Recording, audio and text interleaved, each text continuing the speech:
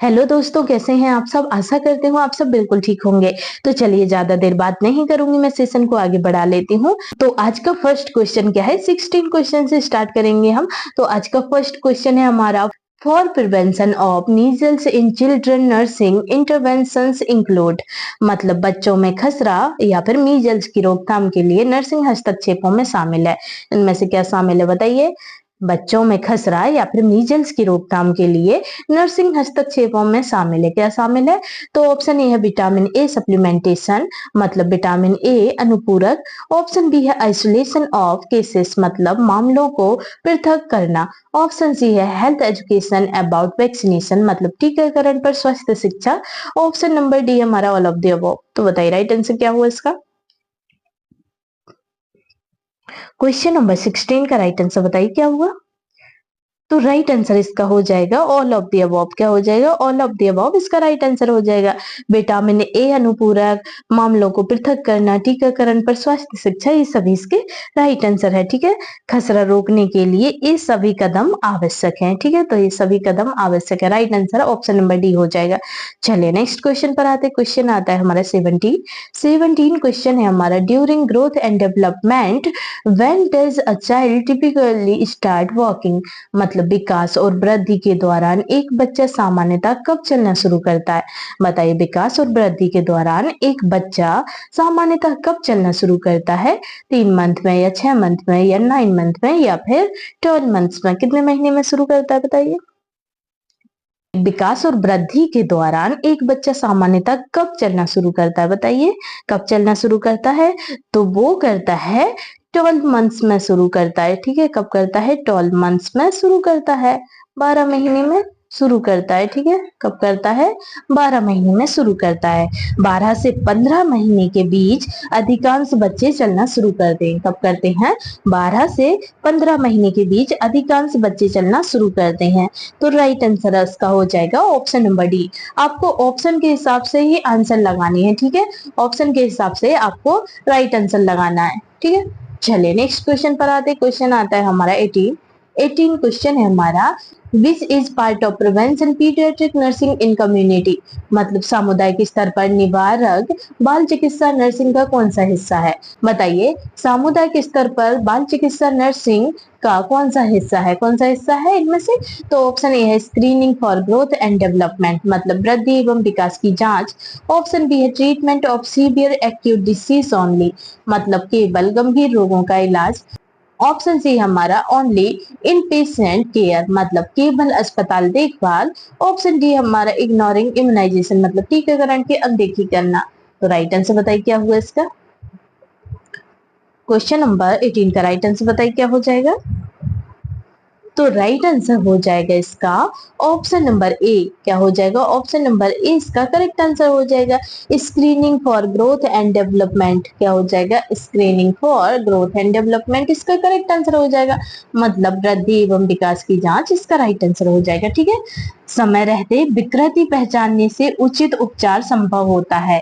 क्या होता है? समय रहते विकृति पहचानने से उचित उपचार संभव हो जाता है। ठीक है, सही उपचार मिलता है, मतलब अगर विकृति पता चल जाए तो सही उपचार संभव हो जाता है। ठीक है, राइट आंसर आप ऑप्शन नंबर ए लगा लीजिए। चलिए नेक्स्ट क्वेश्चन है हमारा 19 क्वेश्चन है हमारा, A child presents with sudden high fever, rash and respiratory distress. This is an emergency. मतलब एक बच्चे को अचानक उच्च ताप, दाने और श्वसन संकट है। यह किस प्रकार की स्थिति है? बताइए, एक बच्चे को अचानक उच्च ताप, दाने और श्वसन संकट है, यह किस प्रकार की स्थिति है? तो ऑप्शन ए है माइल्ड वायरल फीवर, मतलब हल्का वायरल ज्वर। ऑप्शन बी हमारा एनाफ्लेक्टिक शॉक। ऑप्शन नंबर सी हमारा कॉमन कोल्ड, मतलब सामान्य जुकाम। ऑप्शन नंबर डी हमारे सिंपल रेस, मतलब साधारण दाने। तो बताइए क्या हुआ। बताइए, एक बच्चे को अचानक उच्च ताप, दाने और श्वसन संकट है, या किस प्रकार की स्थिति, इनमें से किस प्रकार की स्थिति होगी बताइए। राइट आंसर क्या हो जाएगा इसका। तो राइट आंसर हो जाएगा इसका ऑप्शन नंबर, क्या हो जाएगा? ऑप्शन नंबर बी हो जाएगा इसका करेक्ट आंसर। एनाफ्लेक्टिक शॉक। क्या होगा? एनाफ्लेक्टिक शॉक। एनाफ्लेक्टिक शॉक इसका राइट आंसर हो जाएगा। ठीक है, उच्च बुखार, दाने, सांस की समस्या, गंभीर एलर्जी को दर्शा सकती है। क्या होती है? उच्च बुखार, दाने और सांस की समस्या गंभीर एलर्जी को दर्शा सकती है। ठीक है, तो एनाफ्लेक्टिक शॉक इसका राइट आंसर हो जाएगा। चलो नेक्स्ट क्वेश्चन पर आते हैं। 20 क्वेश्चन है हमारा। 20 क्वेश्चन में दिया है in unit which reflex is present at birth and disappears by about 4 to 6 months. मतलब नवजात शिशु में कौन सा रिफ्लेक्स जन्म के समय होता है और लगभग 4 से 6 महीने तक गायब हो जाता है। बताइए नवजात शिशु में कौन सा रिफ्लेक्स जन्म के समय होता है और 4 से 6 महीने तक गायब हो जाता है। बताइए कौन सा है, कौन सा रिफ्लेक्स है? तो मोरो रिफ्लेक्स है, या फिर नी जर्क रिफ्लेक्स है, या फिर बबिन्स्की इन ओल्डर चाइल्ड, या फिर प्लेंटर ग्राफ्स रिफ्लेक्स। क्या है बताइए राइट आंसर? कौन सा रिफ्लेक्स होगा? कौन सा रिफ्लेक्स है जो 4 से 6 महीने में गायब हो जाता है? तो वो रिफ्लेक्स होगा मोरो रिफ्लेक्स। मोरो रिफ्लेक्स क्या होता है? मोरो रिफ्लेक्स जो होता है वो 4 से 6 महीने में गायब हो जाता है। ठीक है, 4 से 6 महीने तक ही रहता है और 4 से 6 महीने में गायब हो जाता है मोरो रिफ्लेक्स। तो राइट आंसर मोरो रिफ्लेक्स हो जाएगा। ठीक है, नवजात में मोरो रिफ्लेक्स जन्म से होता है और 6 महीने तक गायब हो जाता है। ठीक है, 6 महीने तक गायब हो जाता है और इसका गायब होना बहुत जरूरी है। ठीक है, नहीं तो दिक्कत हो सकती है। तो right answer option number A लगा लीजिए। चलिए नेक्स्ट क्वेश्चन पर आते हैं। क्वेश्चन आता है हमारा 21 क्वेश्चन है हमारा। During post operative period in child the nurse should monitor for. मतलब शल्य क्रिया पश्चात अवधि में नर्स को किन बातों की निगरानी करनी चाहिए। बताइए ऑपरेशन के बाद की अवधि में नर्स को किन बातों की निगरानी करनी चाहिए, किन बातों पे ध्यान देनी चाहिए बताइए। तो ऑप्शन ए है पेन एंड वाइटल साइन मतलब दर्द एवं जीवन चिन्ह। ऑप्शन नंबर बी हमारा फ्लूइड बैलेंस मतलब द्रव संतुलन। ऑप्शन नंबर सी हमारा बाउंड साइट मतलब घाव स्थल। ऑप्शन डी है ऑल ऑफ द अबव मतलब उपरोक्त सभी। ऊपर सभी लिखा है, उपरोक्त सभी है। ठीक है, तो बताइए राइट आंसर क्या हुआ इसका?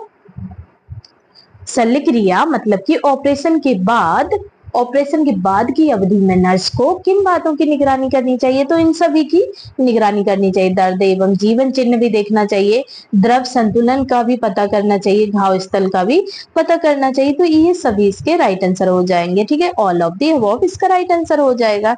ठीक है, ये सभी इसके करेक्ट आंसर है। All of the above. Operation के बाद नर्स को सभी पर निगरानी रखनी चाहिए। ठीक है, इनमें से सभी पर निगरानी रखनी चाहिए नर्स को। तो right answer option number D हो जाएगा। चलिए नेक्स्ट क्वेश्चन है हमारा 22 क्वेश्चन है हमारा। What is the psychological reaction of school age child to hospitalisation.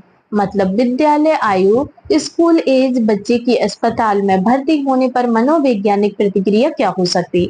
बताइए विद्यालय आयु बच्चे की अस्पताल में भर्ती होने पर मनोवैज्ञानिक प्रतिक्रिया क्या हो सकती है। तो ऑप्शन ए है रिग्रेशन टोटली मतलब पूरी तरह से पीछे जाना। ऑप्शन नंबर बी है हमारा इंटेंस सेपरेशन एंजाइटी मतलब तीव्र अलगाव चिंता। ऑप्शन सी हमारे fear of bodily injury loss of control मतलब शारीरिक चोट व नियंत्रण खोने की भय। ऑप्शन नंबर डी हमारा नो रिएक्शन मतलब कोई प्रतिक्रिया नहीं। बताइए विद्यालय आयु या फिर स्कूल एज बच्चे की अस्पताल में भर्ती होने पर मनोवैज्ञानिक प्रतिक्रिया क्या हो सकती है बताइए इनमें से क्या होगी। राइट आंसर क्या हो जाएगा बताइए जल्दी। तो राइट आंसर जो है इसका हो जाएगा ऑप्शन नंबर सी। क्या हो जाएगा? ऑप्शन नंबर सी इसका करेक्ट आंसर हो जाएगा। ठीक है, fear of bodily injury loss of control. क्या हो जाएगा? Fear of bodily injury loss of control मतलब उन्हें दर्द चोट और नियंत्रण खोने का डर रहता है। ठीक है, क्या होता है? उन्हें दर्द चोट और नियंत्रण खोने का डर होता है। तो राइट आंसर हो जाएगा ऑप्शन नंबर सी शारीरिक चोट व नियंत्रण खोने की भय। शारीरिक चोट व नियंत्रण खोने की भय इसका राइट आंसर हो जाएगा।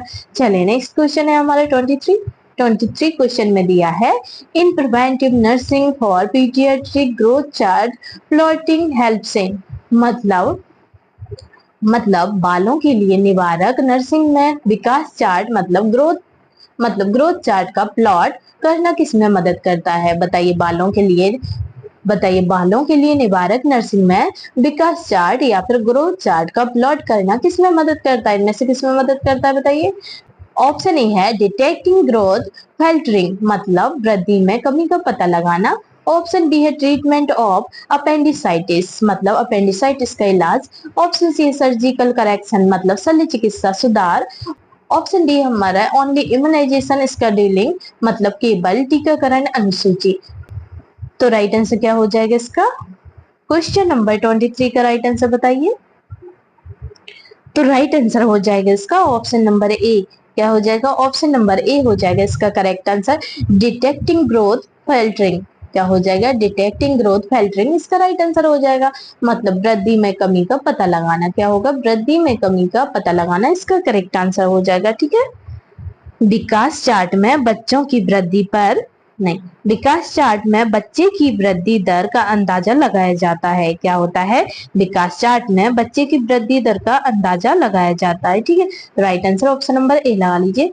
चलिए नेक्स्ट क्वेश्चन पर आते हैं। क्वेश्चन आता है हमारा 24 क्वेश्चन है हमारा। This is an emergency sign in neonate मतलब नवजात शिशु में निम्नलिखित में से कौन सा एक आपातकालीन संकेत है? बताइए इनमें से एक आपातकालीन संकेत कौन सा हुआ? ऑप्शन ए है रेगुलर ब्रीथिंग मतलब नियमित श्वास। ऑप्शन बी है लेथरेसी मतलब सुस्ती। ऑप्शन सी है गुड फीडिंग मतलब अच्छी भूख या अच्छी चौसाई। ऑप्शन डी है हमारा एक्टिव मूवमेंट। ऑप्शन डी हमारा एक्टिव मूवमेंट मतलब सक्रिय गति। तो बताइए राइट आंसर क्या हुआ इसका? क्वेश्चन नंबर 24 का राइट आंसर बताइए। नवजात शिशु में निम्नलिखित में से कौन सा एक आपातकालीन संकेत है? बताइए कौन सा आपातकालीन संकेत हुआ? तो राइट आंसर हो जाएगा इसका ऑप्शन नंबर बी। क्या हो जाएगा? ऑप्शन नंबर बी इसका करेक्ट आंसर हो जाएगा। लेथरेसी। क्या हो जाएगा? लेथरेसी इसका राइट आंसर हो जाएगा। ठीक है। लेथर्सी। ऑप्शन नंबर 20 का राइट आंसर हो जाएगा लेथर्जी। क्या हो जाएगा? लेथर्जी इसका राइट आंसर हो जाएगा मतलब कि सुस्ती इसका राइट आंसर हो जाएगा। ठीक है। सुस्ती किसी गंभीर बीमारी या संक्रमण का संकेत हो सकता है। ठीक है। सुस्ती किसी गंभीर बीमारी या फिर संक्रमण का संकेत हो सकता है। तो राइट आंसर आप ऑप्शन नंबर बी लगा लीजिए। नियमित स्वास्थ्य तो होगी नहीं, अच्छी भूख तो होगी नहीं, सक्रिय गति ये भी नहीं होगी, तो क्या बची? सुस्ती जो है वो क्या है? गंभीर बीमारी या संक्रमण का संकेत हो सकता है। ठीक है। तो right answer option number B हो जाएगा। चलिए नेक्स्ट क्वेश्चन है हमारा 25 क्वेश्चन है हमारा। Which of the following is the principle of pediatric nursing allowing age appropriate decisions making refers to मतलब बाल चिकित्सा नर्सिंग के सिद्धांतों में से आयु उपयुक्त निर्णय लेने की अनुमति देना किस सिद्धांत से संबंधित है?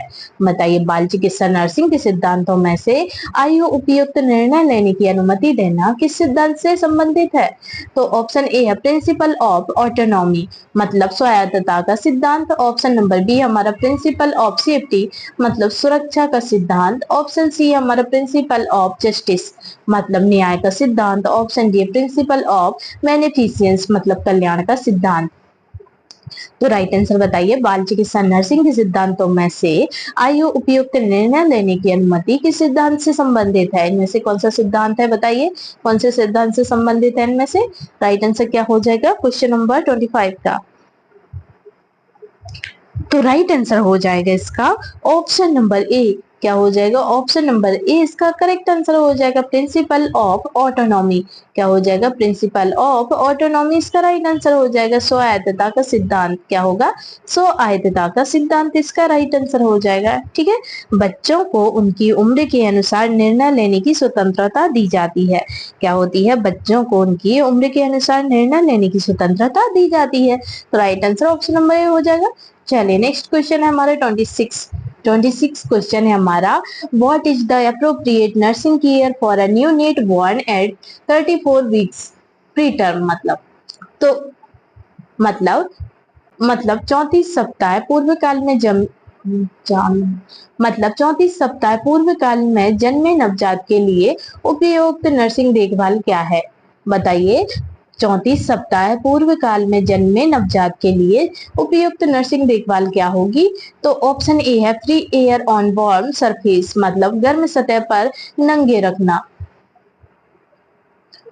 ऑप्शन बी हमारा place in incubator thermo regulation मतलब इंक्यूबेटर में रखना ताप नियंत्रण। ऑप्शन नंबर सी हमारा डिले फीडिंग अंटिल 3 डेज, मतलब 3 दिन तक भोजन देरी करना। ऑप्शन नंबर डी हमारा रूटीन फुल बाथ्स इमीडिएटली, मतलब तुरंत पूर्ण स्नान करना। बताइए 34 सप्ताह है पूर्व काल में जन्मे नवजात के लिए उपयुक्त नर्सिंग देखभाल क्या होगी? इनमें से बताइए नर्सिंग देखभाल क्या होगी? उपयुक्त नर्सिंग देखभाल क्या हो जाएगी? राइट आंसर क्या हो जाएगा? तो राइट आंसर हो जाएगा इसका ऑप्शन नंबर बी। क्या हो जाएगा? ऑप्शन नंबर बी इसका करेक्ट आंसर हो जाएगा। ठीक है।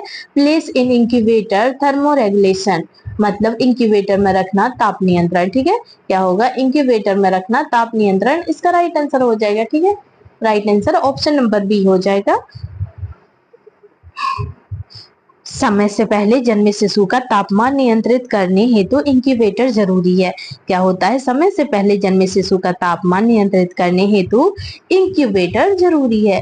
तो right answer option number B लगा लीजिए। चलिए नेक्स्ट क्वेश्चन है हमारे 27 क्वेश्चन है हमारा, which of the following is a sign of respiratory distress in child? नहीं, which of the following is a sign of respiratory distress in a child, मतलब निम्नलिखित में से कौन सा श्वसन संकट का संकेत है? बताइए इनमें से श्वसन संकट का संकेत कौन सा हुआ? तो ऑप्शन ए है नॉर्मल रेस्पिरेटरी रेट, मतलब सामान्य श्वसन दर। ऑप्शन बी है हमारा नेजल फ्लैरिंग, मतलब नाक फैलाना। ऑप्शन नंबर सी हमारा quiet effortless breathing. Option C हमारा क्वाइट एफर्टलेस ब्रीथिंग, मतलब शांत सरल श्वास। ऑप्शन डी हमारा नो इंटरकोस्टल रिएक्शन, नहीं। ऑप्शन डी हमारा नो इंटरकोस्टल रिट्रैक्शंस, मतलब अंतर्मान खिंचाव ना होना। तो बताइए राइट आंसर क्या हुआ? निम्नलिखित में से कौन सा श्वसन संकट का संकेत है? श्वसन संकट का संकेत इनमें से कौन सा हुआ? बताइए क्या हुआ इनमें से? श्वसन संकट का संकेत क्या हुआ? कौन सा है? राइट आंसर क्या हो जाएगा? तो वो हो जाएगा श्वसन संकट का संकेत जो है वो है नेजल फ्लैरिंग, मतलब नाक फैलाना। नाक फैलाना क्या हुआ? श्वसन संकट का संकेत हुआ। ठीक है, नाक का फैलना, ग्रंटिंग और सीने का अंदर जाना, ये सभी सांस की तकलीफ के संकेत हैं। ठीक है, ग्रंटिंग भी क्या है? सांस की तकलीफ है। ठीक है, सांस की तकलीफ होती है, सीने का अंदर धंसना, ये भी सांस की तकलीफ है। तो नेजल फ्लैरिंग इसका राइट आंसर हो जाएगा। नाक फैलाना क्या हुआ? नाक फैलाना श्वसन संकट हुआ। चलिए नेक्स्ट क्वेश्चन पर आते हैं। क्वेश्चन आता है हमारा 28 क्वेश्चन है हमारा, in children with diarrhoea and mild dehydration the preferred management is, मतलब दस्त एवं हल्के निर्जलीकरण वाले बच्चों में उत्तम प्रबंधन क्या है? इनमें से बताइए उत्तम प्रबंधन क्या हुआ? दस्त वाले बच्चों के लिए उत्तम प्रबंधन क्या हुआ? तो ये तो आपको पता चल गया होगा। उत्तम प्रबंधन क्या हुआ? ओआरएस। ओआरएस क्या है? उत्तम प्रबंधन है बच्चों के लिए। ठीक है, ओरल रिहाइड्रेशन सॉल्यूशन, ओआरएस को हम बोलते हैं ओरल रिहाइड्रेशन सॉल्यूशन, मतलब मौखिक पुनर्जलीकरण द्रव। क्या होगा? मौखिक पुनर्जलीकरण द्रव, इसका राइट आंसर हो जाएगा, मतलब कि ओआरएस इसका करेक्ट आंसर हो जाएगा।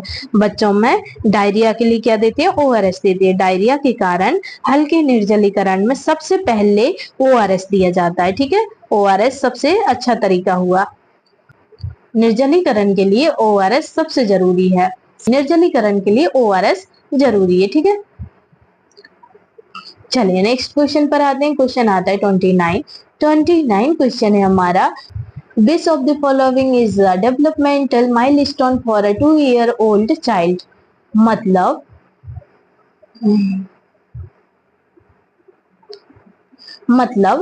2 वर्ष के बच्चे के लिए निम्नलिखित में से कौन सा विकासात्मक मील का पत्थर है?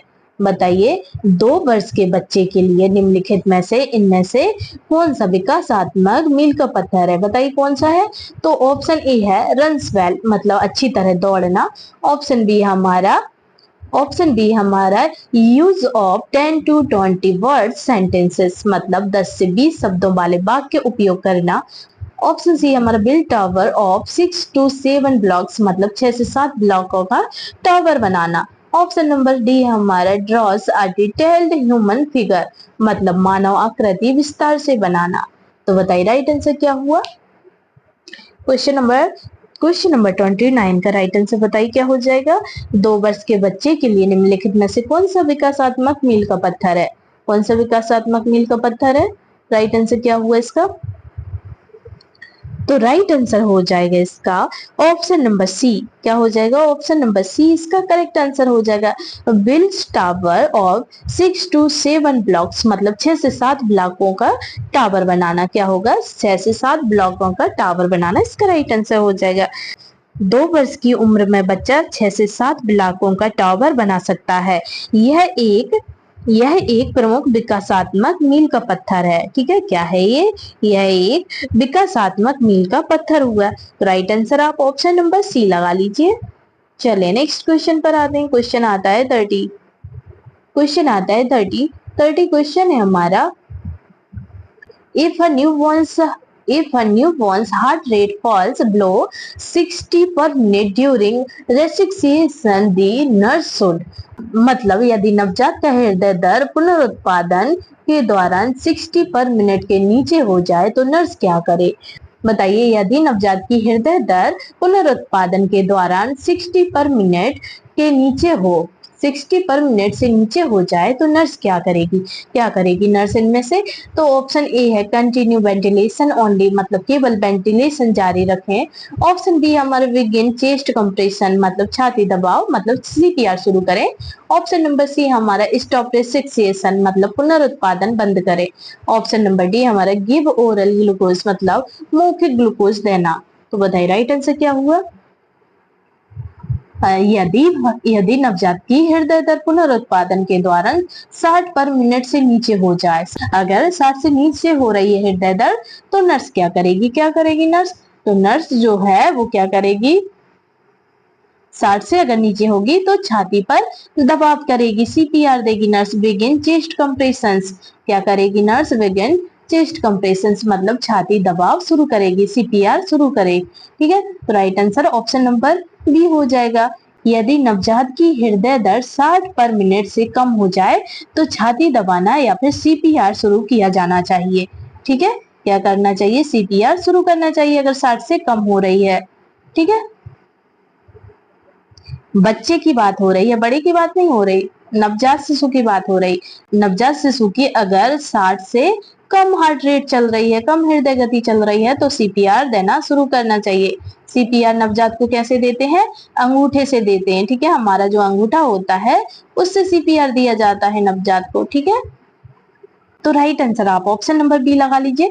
तो दोस्तों ये थे हमारे आज के क्वेश्चन। अगर आपको वीडियो पसंद आया हो तो प्लीज वीडियो को like, comment, share and subscribe जरूर कीजिएगा। तो मिलते हैं हम आपसे नेक्स्ट वीडियो में एक नए टॉपिक के साथ। तब तक के लिए आप अपना ख्याल रखिएगा। Bye bye, take care.